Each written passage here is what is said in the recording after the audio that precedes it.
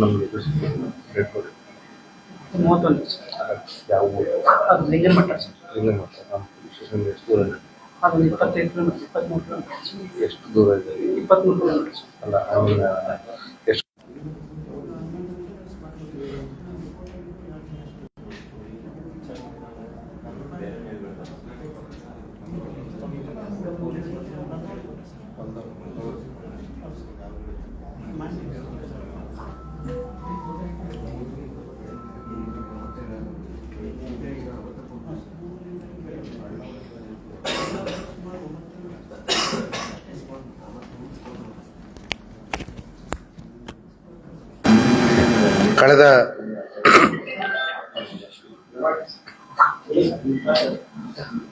ಕಳೆದ 31ನೇ ತಾರೀಕು ಜನವರಿಯಂದು ನಮ್ಮ ನಂದಗಡ ಪೊಲೀಸ್ ಠಾಣಾ ವ್ಯಾಪ್ತಿಯ ಲಿಂಗನಮಟ್ಟದಲ್ಲಿ ಒಂದು ಅನಾಥ ಶವ ನೇಣು ಬಿಗಿದ ಸ್ಥಿತಿಯಲ್ಲಿ ಪತ್ತೆಯಾಗಿತ್ತು. ಆ ವಿಚಾರವಾಗಿ ನಮ್ಮ ಪೊಲೀಸರು ಅವತ್ತಿನ ದಿವಸನೇ ಒಂದು FIR ರಿಜಿಸ್ಟರ್ ಮಾಡಿಕೊಂಡು ತನಿಖೆಗೆ ಹಿಡಿದಿದ್ರು. ಅದೃಷ್ಟವಶಾತ್ ನೇಣು ಬಿಗಿದ ಶವದ ಜೊತೆಗೆ ಒಂದು ಫೋನ್ ಕೂಡ ಸಿಕ್ಕಿತ್ತು. ಆ ಫೋನಿನ ಆಧಾರದ ಮೇಲೆ ಕೆಲವೊಂದು ಮಿಸ್ ಕಾಲ್ ಇರುವ ನಂಬರ್ಗಳನ್ನ ಸಂಪರ್ಕಿಸಲಾಗಿ ಯಾರೋ ಒಬ್ಬ ಮಹಿಳೆ ಬೇರೆಯವರ ಫೋನನ್ನು ಉಪಯೋಗಿಸಿಕೊಂಡು ಈ ನಂಬರ್ಗೆ ಕಾಲ್ ಮಾಡಿರೋದು ನಮಗೆ ಪ್ರಾಥಮಿಕ ತನಿಖೆಯಲ್ಲಿ ಗೊತ್ತಾಗಿತ್ತು. ತದನಂತರ ಈ ಫೋನ್ ಬಂದಿರತಕ್ಕಂಥ ಊರಾದ ಆಳ್ನಾವರಕ್ಕೆ ನಮ್ಮ ಪೊಲೀಸರು ಹೋಗಿ ಪರಿಶೀಲನೆ ಮಾಡಿ ಸುಮಾರು 58 ವರ್ಷದ ಮಹಿಳೆಯನ್ನ ಪತ್ತೆ ಹಚ್ಚಿ ಆ ಮಹಿಳೆಯನ್ನ ಈ ನಮ್ಮ ಪೊಲೀಸ್ ಠಾಣಾ ವ್ಯಾಪ್ತಿಗೆ ಕರೆದುಕೊಂಡು ಬಂದು ಈ ಶವವನ್ನು ತೋರಿಸಲಾಗಿ ಅವಳು ಪ್ರಜ್ಞೆ ಕಳ್ಕೊಂಡು ಮತ್ತೆ ಪ್ರಜ್ಞೆಯಿಂದ ಮರಳಿ ಅವಳು ನನ್ನ ಹೆಸರು ಶಾಂತವ್ವ, ಇವನು ನನ್ನ ಮಗ ಅಂತ ಹೇಳಿದ್ಲು. ಮತ್ತೆ ಅವ್ರ ಹತ್ರ ಏನೂ ದುಡ್ಡು ಇರದೇ ಇರೋದ್ರಿಂದ ಅಂತಿಮ ಕಾರ್ಯಕ್ಕೆ ನಮ್ಮ ಪೊಲೀಸರು ಕೆಲವು ಸಹೃದಯಗಳ ಸಹಾಯವನ್ನ ಪಡೆದು ನಂದಗಡ ಪೊಲೀಸ್ ಠಾಣಾ ವ್ಯಾಪ್ತಿಲಿರುವ ಸಹೃದಯರಿಂದ, ಖಾನಾಪುರ ವ್ಯಾಪ್ತಿಲಿರುವ ಸಹೃದಯರಿಂದ ಸಹಾಯ ಪಡೆದು ಅವರಿಗೆ ಮಾಹಿತಿಯನ್ನ ತಿಳಿಸಿ ಆ ಶವದ ಅಂತ್ಯಕ್ರಿಯೆಯನ್ನ ಮಾಡಿಸಿ ಮಹಿಳೆಯನ್ನ ಆಸ್ಪತ್ರೆಗೆ ಸೇರಿಸಿದ್ರು. ಮಹಿಳೆ ಕೆಲವೊಂದು ದಿನಗಳ ನಂತರ ಆಸ್ಪತ್ರೆಯಲ್ಲಿ ಚೇತರಿಸಿಕೊಂಡ ಮೇಲೆ ನಮ್ಮ ಪೊಲೀಸರು ಮತ್ತೆ ಅಲ್ಲಿ ತನಿಖೆಗೆ ಹೋದಾಗ ಅವಳನ್ನ ಅಲ್ಲಿಂದ ಬೇರೆ ಕಡೆ ಒಂದು ವೃದ್ಧಾಶ್ರಮಕ್ಕೆ ಸೇರಿಸುವ ವ್ಯವಸ್ಥೆಯನ್ನು ಕೂಡ ಒಂದು NGO ಜೊತೆ ಸೇರ್ಕೊಂಡು ಮಾಡಿದ್ರು. ಮತ್ತೆ ಜಿಲ್ಲಾಡಳಿತ ಜೊತೆ ಸೇರ್ಕೊಂಡು ಆ ಮಹಿಳೆಯನ್ನ ಒಂದು ವೃದ್ಧಾಶ್ರಮಕ್ಕೆ ಸೇರಿಸಿದ್ರು. ಸ್ವಲ್ಪ ಅವಳು ಚೇತರಿಸಿಕೊಂಡ ನಂತರ ಅವಳನ್ನ ಮತ್ತೆ ಈ ನಮ್ಮ ಅಪೂರ್ಣಗೊಂಡ ತನಿಖೆಯನ್ನ ಮುಂದುವರಿಸಲಾಗಿ ಕೆಲವೊಂದು ಪ್ರಶ್ನೆಗಳಿಗೆ ಅವಳು ಸಮರ್ಪಕ ಉತ್ತರವನ್ನ ನೀಡದೇ ಇದ್ದಾಗ ಇವಳ ತಂದೆ ತಾಯಿ ಹೆಸರು ಕೇಳಿದಾಗ ದೇವರ ಹೆಸರನ್ನ ಹೇಳೋದು, ಈ ರೀತಿ ಯಾವ ಊರು ಅಂತ ಕೇಳಿದಾಗ ಒಂದೊಂದ್ಸತಿ ಒಂದೊಂದು ಹೇಳೋದು, ಈ ರೀತಿ ಮಾಡಿದಾಗ ನಮ್ಮ ಪೊಲೀಸರಿಗೆ ಸಂಶಯ ಬಂದು ಯಾವುದೋ ಒಂದು ಸಂದರ್ಭದಲ್ಲಿ ಒಂದು ಊರಿನ ಹೆಸರು ಹೇಳಿರ್ತಾಳೆ. ಆ ಊರಲ್ಲಿ ನಮ್ಮ ಪೊಲೀಸ್ ಬಾತ್ಮೀದಾರನ್ನ ಕಳಿಸ್ತಾರೆ. ಅಲ್ಲಿ ಕಳಿಸಲಾಗಿ ಈ ಮೃತನಾದ ವ್ಯಕ್ತಿಯ ಪರಿಚಯವನ್ನ ಹೇಳಿ ಅವನ ಫೋಟೋವನ್ನ ತೋರಿಸಲಾಗಿ ನಮ್ಮ ಬಾತ್ಮೀದಾರರಿಗೆ ಗೊತ್ತಾಗುತ್ತೆ ಅವರ ತಂದೆ ತಾಯಿ ಅಲ್ಲೇ ಇರುವಂತ ವಿಚಾರ. ಅದರ ಹಿಂದೆ ಬೆನ್ನತ್ತಿ ಹೋಗಿ ಹೌದು ಇವರು ಅವ್ರದೇ ತಂದೆ ತಾಯಿ ಅಂತ ಕನ್ಫರ್ಮ್ ಮಾಡಿಕೊಂಡು ನಿನ್ನೆ ದಿವಸ ಆ ತಂದೆ ತಾಯಿಯನ್ನ ನಮ್ಮ ನಂದಗಡ ಪೊಲೀಸ್ ಠಾಣೆಯವರು ಕರೆದುಕೊಂಡ್ಬಂದು ಆ ಮೃತನಾದಂತ ಶವ ಸಿಕ್ಕಂತ ಸ್ಥಳದ ಪರಿಚಯ ಮಾಡಿಸಿ ಅಲ್ಲಿಗೆ ಕರ್ಕೊಂಡೋಗಿ ತದನಂತರ ಅವನ ಫೋಟೋಗಳನ್ನ ತೋರಿಸಲಾಗಿ ಮತ್ತಿಷ್ಟು ಕನ್ಫರ್ಮ್ ಆಯ್ತು ಇದು ಹೌದು ಅವ್ರದೇ ಮಗ ಅಂತಾರೆ. ನಮ್ಗೆ ಮುಂದೆ ಯಕ್ಷ ಪ್ರಶ್ನೆ ಆಗಿದ್ದು, ಈಗ ಇವರು ನಿಜವಾದ ತಂದೆ ತಾಯಿ ಆದ್ರೆ ಆ ಮಹಿಳೆ ಯಾರು ಅನ್ನೋಂಥದ್ದು.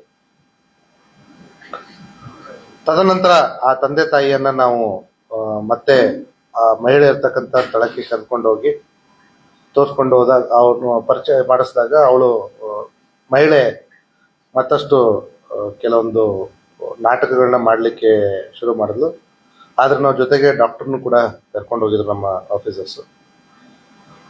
ಆಮೇಲೆ ಯಾವಾಗ ಇನ್ನು ಬೇರೆ ವಿಧಿ ಇಲ್ಲ, ಎಲ್ಲವನ್ನು ನಮ್ಮ ಪೊಲೀಸರು ಆ ಮೃತನಾದ ವ್ಯಕ್ತಿಯ ಫೋಟೋನ ಇವ್ರ ಜೊತೆ ಇದಿರೋದಂಥದ್ದು, ಮತ್ತೆ ಮೃತನ ತಮ್ಮ ಮತ್ತೆ ತಂಗಿ ಗಂಡ ಎಲ್ಲರನ್ನು ಮುಂದೆ ತಂದು ನಿಲ್ಲಿಸಿದಾಗ ಅವಳು ವಿಧಿ ಇಲ್ಲದೆ ನಾನು ಅವಳು ತಾಯಿ ಅಲ್ಲ ಅನ್ನುವಂತ ವಿಚಾರವನ್ನ ಒಪ್ಕೊಂಡಿದ್ದಾಳೆ. ಆ ಮಹಿಳೆಯ ಪೂರ್ವಾಪರವನ್ನ ನಾವು ಇನ್ನೂ ವಿಚಾರಣೆ ಮಾಡ್ತಾ ಇದ್ದೀವಿ. ಆ ಮಹಿಳೆ ಈ ತಂದೆ ತಾಯಿ ಎಲ್ಲಿಂದ ಬಂದ್ರು, ಆ ಊರಿನವಳು ಅಲ್ಲ ಅನ್ನುವಂಥದ್ದು ನಮಗೆ ಪ್ರಾಥಮಿಕವಾಗಿ ಗೊತ್ತಾಗಿದೆ.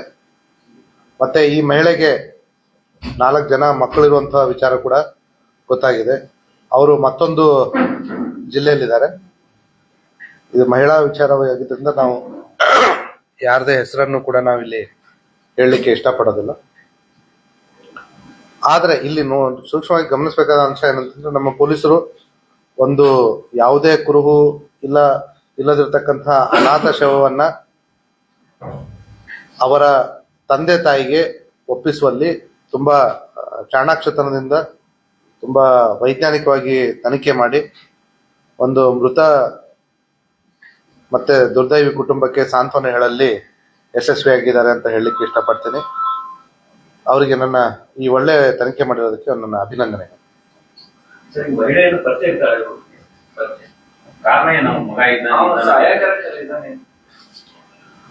ಅವನು ಸಾಯ್ಲಿಕ್ಕೆ ಕಾರಣ ನಾವು ಇನ್ನೂ ತನಿಖೆ ನಡೆಸ್ತಾ ಇದ್ದೀವಿ. ಸದ್ಯಕ್ಕೆ ನಮಗೆ ಬಂದಿರತಕ್ಕಂತ ಪೋಸ್ಟ್ ಮಾರ್ಟಮ್ ಇದರಲ್ಲಿ ಅವನ ಸಾವು ಮುಂಚೆ ಹೇಳ್ದಾಗೆ ನೇಣು ಬಿಗಿದ ಸ್ಥಿತಿಯಲ್ಲಿ ನಮಗೆ ಶವ ಸಿಕ್ಕಿತ್ತು. ನಮ್ಮ ತನಿಖೆ ಪ್ರಕಾರ ಮತ್ತೆ ಪೋಸ್ಟ್ ಮಾರ್ಟಮ್ ರಿಪೋರ್ಟ್ ಪ್ರಕಾರ ಅದರಲ್ಲಿ ಯಾವುದೇ ಸಂಶಯ ಇಲ್ಲ. ಅವನು ಸ್ವತಃ ನೇಣು ಹಾಕೊಂಡು ಸತ್ತಿರೋದು ದೃಢವಾಗಿದೆ. ಇನ್ನು ಕಾರಣ ಎನ್ನುವಂಥದ್ದು ನಾವು ಪರಿಶೀಲನೆ ಮಾಡ್ತಾ ಇದ್ದೀವಿ. ಅವನಿಗೆ ತುಂಬಾ ಕುಡಿತದ ಚಟ ಇತ್ತು. ಅವತ್ತಿನ ದಿವಸ ಕೂಡ ಇವರು ಈ ಕೆಲವೊಂದು ಹಿನ್ನೆಲೆಗೆ ಹೋದಾಗ ಈ ಮಹಿಳೆ ಮತ್ತು ಇವನು ಮೃತ ದುರ್ದೈವಿ ಗೋವಾದಿಂದ ಹುಬ್ಬಳ್ಳಿ ಟ್ರೈನಿಗೆ ರೈಲ್ವೆಗೆ ಬರ್ತಾ ಇದ್ರು. ಬೆಳಗ್ಗೆ ಸುಮಾರು 3:45-3:30 ನಡುವೆ ಅವರು ರೈಲು ಬೋಗಿಯಲ್ಲಿ ಸಹ ಪ್ರಯಾಣಿಕರ ಜೊತೆ ಸ್ವಲ್ಪ ಗಲಾಟೆ ಮಾಡಿರೋದ್ರಿಂದ ಮತ್ತೆ ಕುಡಿದ್ಬಿಟ್ಟು ಅಲ್ಲಿ ವಾಂತಿ ಮಾಡಿರೋದ್ರಿಂದ ಅವ್ರನ್ನ ಇಳಿಸಿದ್ರು. ತದಾದ ನಂತರ ಅವನು ಆ ಮಹಿಳೆ ಹತ್ರ ಸ್ವಲ್ಪ ದುಡ್ಡಿಸ್ಕೊಂಡು ಅಲ್ಲಿಂದ ಅಳ್ನಾವರದಿಂದ ಹೊರಟಿದ್ದ. ಬಟ್ ನಮ್ಗೆ ಈ ಶವ ಸಿಕ್ಕಿರೋ ಸ್ಥಳ ಏನಿದೆಯಲ್ಲ, ಅಳ್ನಾವರದಿಂದ ಕೇವಲ 7 ಕಿಲೋಮೀಟರ್ ದೂರದಲ್ಲಿ ಇರತಕ್ಕಂಥದ್ದು. ಸೊ ಹಾಗಾಗಿ ನಮ್ಗೆ ಇಲ್ಲಿವರೆಗೂ ನಮ್ಗೆ ನೇರ ಕಾರಣ ಸಿಗದೇ ಇದ್ರು ಕೆಲವೊಂದು ಮಾಹಿತಿ ಮೇಲೆ ನಮ್ಗೆ ಕೆಲವೊಂದು ಅಂಶಗಳು ಗೊತ್ತಾಗಿದ್ದಾವೆ. ಆದ್ರೆ ಇನ್ನೂ ಪೂರ್ಣವಾಗಿ ಗೊತ್ತಾಗ್ಲಿಕ್ಕೆ ಕೆಲವೊಂದು ದಿವಸ ಹಿಡಿಯುತ್ತೆ. ತನಿಖೆ ನಡೀತಾ ಇದೆ. ಸರ್, ಈಗ ಈ ಒಂದು ಪ್ರಕರಣದಲ್ಲಿ ಹಸಿವಿನಿಂದ ಹಾಕಕ್ಕಾಗಲಿ ಸುಸೈಡ್ ಮಾಡ್ಕೊಂಡ ಅನ್ನುವಂಥದ್ದು ಕೂಡ ಬಹಳ ಚರ್ಚೆಗೆ ದಾಸಾಯಿತು. ನಮ್ಮ ತನಿಖೆ ಪ್ರಕಾರ ಈಗ ತಮಗೂ ಕೂಡ ಇಷ್ಟೊತ್ತಿಗೆ ಅನ್ಸಿರ್ಬಹುದು, ಆ ಏನು ಚರ್ಚೆ ಆಯ್ತು ಹಸಿವಿನಿಂದ ಆಗಿದೆ ಅನ್ನುವಂಥದ್ದು, ಅದು ಮೇಲ್ನೋಟಕ್ಕೆ ಸುಳ್ಳು ಅನ್ನುವಂಥದ್ದು ನಮ್ಗೆ ಕಂಡು ಬರ್ತಾ ಇದೆ. ಈ NGO-ನವರು ಇದರಿಂದ ಏನಾದ್ರು ಲಾಭ ತಗೊಳಕ್ ಯಾಕಂದ್ರೆ ಸಾಕಷ್ಟು ಕೆಲವು ಟೈಮ್ ಏನಾಗ್ತದೆ, ಅನಾಥ ಶವಗಳನ್ನ ಅವರು ಸೇವೆ ಹೆಸರಲ್ಲೇ ಮಾಡ್ತಿರ್ತಾರೆ. ಇಂಥ ಪ್ರಕರಣಗಳು ಯಾಕಂದ್ರೆ ಹಸಿವಿನಿಂದ ಸಾಗುವಂತದ್ದು ಇಡೀ ದೇಶದ ತಲೆ ತಗ್ಸುವಂತದ್ದಾಗುತ್ತೆ. ಹಂಗಿದ್ದಾಗ ಅವ್ರದ್ದೇನಾದ್ರು ಪಾತ್ರ ಇದೆ? ಅದನ್ನ ನಾವು ಪರಿಶೀಲನೆ ಮಾಡ್ತೀವಿ. ಇದು NGO-ರಿಗೂ ಕೂಡ ನಾವು ಆಲ್ರೆಡಿ ಒಂದು ನೋಟಿಸ್ ಕೊಟ್ಟಿದ್ದೀವಿ ನಿನ್ನೆ ದಿವಸ. ನೀವು ಅವರು ತಾಯಿ ಅನ್ನುವಂಥದ್ದು ಮತ್ತೆ ಹೇಗೆ ನೀವು ಕನ್ಕ್ಲೂಷನ್ಗೆ ಬಂದ್ರಿ ಅಂತ ಹೇಳಿ. ಈಗ ಅವ್ರ ಸೇವೆ ಹೆಸರಲ್ಲಿ ಸೇವೆ ಮಾಡ್ತಾ ಇರೋದು ಒಳ್ಳೇದು. ಬಟ್ ಕೆಲವೊಂದು ಅನುಮಾನಾಸ್ಪದ ವಿಷಯಗಳಿದ್ದಾಗ ನಮ್ಮ ತನಿಖೆ ಇನ್ನೂ ನಡೀತಾ ಇರಬೇಕಾದ್ರೆ ಕೆಲವೊಂದು ಅಸಂಬದ್ಧ ತೀರ್ಮಾನಕ್ಕೆ ಬಂದು ಹೇಳಿಕೆಗಳನ್ನ ಕೊಡೋದು ಕೂಡ ಮೇಲ್ನೋಟಕ್ಕೆ ತಪ್ಪು ಅಂತ ಕಂಡು ಬರ್ತಾ ಇದೆ. ನಾವು ಜಿಲ್ಲಾಡಳಿತ ಜೊತೆ ಚರ್ಚಿಸ್ತೀವಿ ಇದು ಮುಂದಿನ ಕ್ರಮ ಏನ್ ಮಾಡ್ಬೇಕು ಅಂತ. ಹಾವೇರಿ ಜಿಲ್ಲೆ ಸುಮಾರು 14 ವರ್ಷದಿಂದ ಅವನು ಹೊರಗಡೆ ಇದ್ದ. ಅಪ್ಪ ಅಮ್ಮನ ಜೊತೆ ಇಲ್ಲ, ಬಟ್ ಅಪ್ಪ ಅಮ್ಮನಿಗೆ ಇದು ಅವಾಗವಾಗ ವರ್ಷಕ್ಕೊಂದ್ಸತಿ ಸಂಪರ್ಕ ಮಾಡ್ತಾ ಇದ್ದ. ಮತ್ತೆ ಈ ಮುಂಚೆ ಅವನು ಗೋವಾದಲ್ಲಿ ಇರ್ಬೇಕಾದ್ರೆ ಮನೆ ಬಿಟ್ಟಿದ್ದು. ಆಮೇಲೆ ಚಿಕ್ಕಮಗಳೂರಿಗೆ ಕಾಫಿ ತೋಟಕ್ಕೆ ಹೋಗಿ ಕೆಲಸ ಮಾಡ್ತಾ ಇದ್ದ. ತದನಂತರ ಬೆಂಗಳೂರಿನ ವಿವಿಧ ಭಾಗಗಳಲ್ಲಿ ಮಹದೇವಪುರ, ಬೆಳ್ಳಂದೂರು, ವೈಟ್ಫೀಲ್ಡು ಆ ಭಾಗಗಳಲ್ಲಿ ಕೂಲಿ ಕೆಲಸ ಮಾಡ್ತಾ ಇದ್ದ ಸುಮಾರು 14 ವರ್ಷ. ಅದರಲ್ಲಿ ಬೆಂಗಳೂರಲ್ಲಿ ಸುಮಾರು 11 ವರ್ಷ ಇದ್ದಿದ್ದು ಮೇಲ್ನೋಟಕ್ಕೆ ಕಂಡು. ಅದ್ ನಾವ್ ಇನ್ನೂ ತನಿಖೆ ಮಾಡ್ತಾ ಇದ್ದೀವಿ. ಅದ್ರ ಪರಿಚಯ ಇದ್ದು ಆ ಪರಿಚಯ ಇದ್ದದ್ದು ಅದರಲ್ಲಿ ಏನೂ ಸಂಶಯ ಇಲ್ಲ. ಮತ್ತೆ ಈ ಮಹಿಳೆಯ ಫೋಟೋ ಕೂಡ ಅವನ ಜೇಬಿನಲ್ಲಿ ನಮಗೆ ಫೋನಿನ ಜೊತೆ ಸಿಕ್ಕಿರ್ತಕ್ಕಂಥದ್ದು. ಅದೇ ಆಧಾರದ ಮೇಲೆ ನಾವು ಕೊನೆ ಕಾಲ್ ಬಂದಿದ್ದು ಅಳ್ನಾವ್ರ ಅಂತ ಹೇಳ್ಬಿಟ್ಟು ಅಲ್ಲಿ ಆ ಮಹಿಳೆಯನ್ನ ಹುಡುಕ್ಲಿಕ್ಕೆ ಪ್ರಾರಂಭ ಮಾಡಿದಾಗ ಅಲ್ಲೇ ನಮ್ಗೆ ಈ ಮಹಿಳೆ ಸಿಕ್ಕಿರುವಂಥದ್ದು. ಅವ್ರ ಸಾವಿನ ಇದ್ರೊಳಗೆ ಮಹಿಳೆದೇನ್ ಪಾತ್ರ ಉಂಟು? ಸದ್ಯಕ್ಕೆ ಸಾವಿನಲ್ಲಿ ನಮ್ಗೆ ಪಾತ್ರ ಕಂಡು ಬಂದಿಲ್ಲ, ಬಟ್ ನಾವು ಅದನ್ನು ಕೂಡ ತನಿಖೆ ಮಾಡ್ತಾ ಇದ್ದೀವಿ. ಮತ್ತೆ ಈಗ ಮಹಿಳೆ ಎಲ್ಲಿದ್ದಾಳೋ ಅಲ್ಲಿ ನಮ್ಮ ಪೊಲೀಸ್ ಪ್ರೆಸೆನ್ಸ್ ಕೂಡ ಇದೆ.